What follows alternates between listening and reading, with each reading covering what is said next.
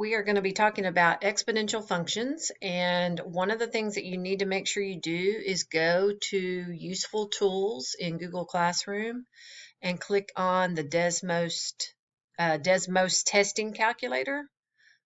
So when you click on that, you get this.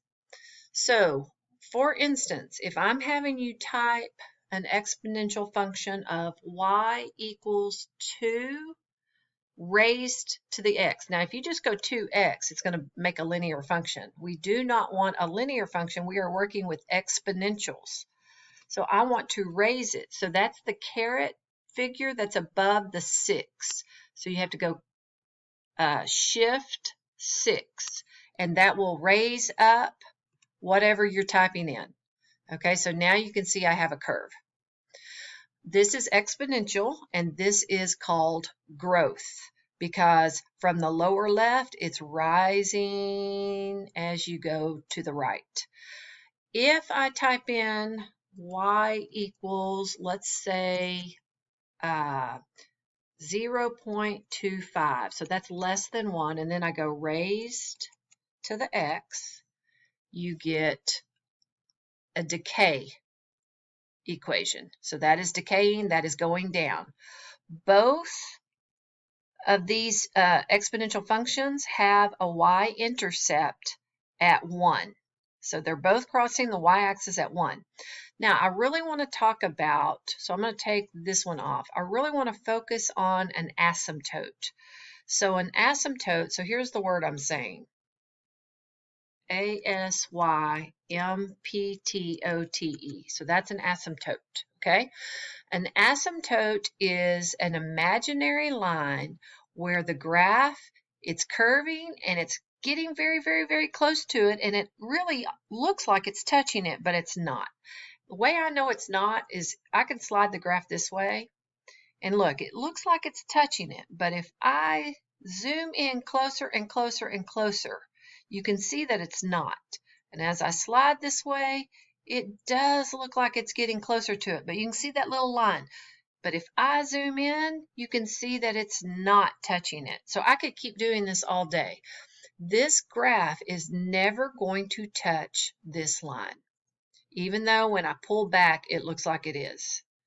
Okay, so the asymptote basically is this x-axis.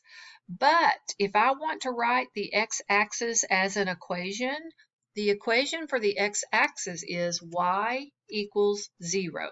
So now you can see I've got a line going through it.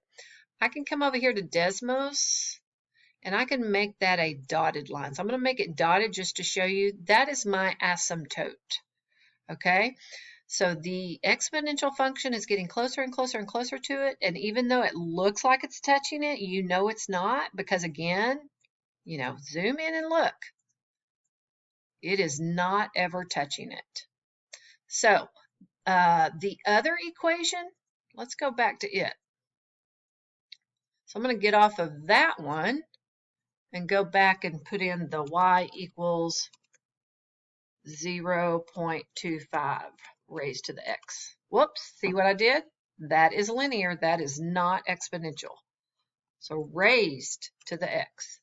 Okay, again, the y-intercept, or the asymptote, is y equals 0. It's never going to cross over and go below here. All right, now, depending on my equation, it doesn't have to be at y equals 0. So watch how I can go to the outside of this and go -3.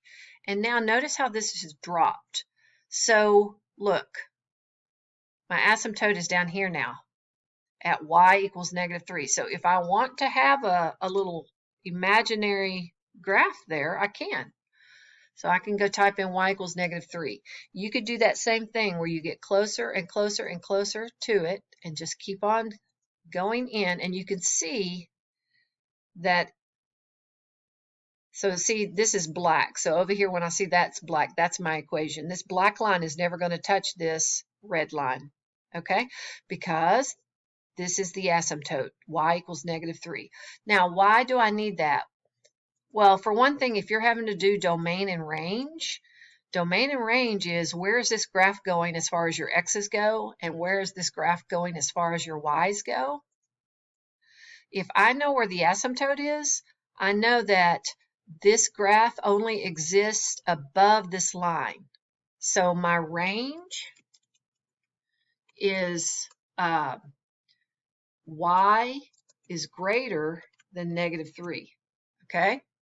So I know everything above this line, as far as my y's go, exist. Anything below it does not exist. So my range is y is greater than -3.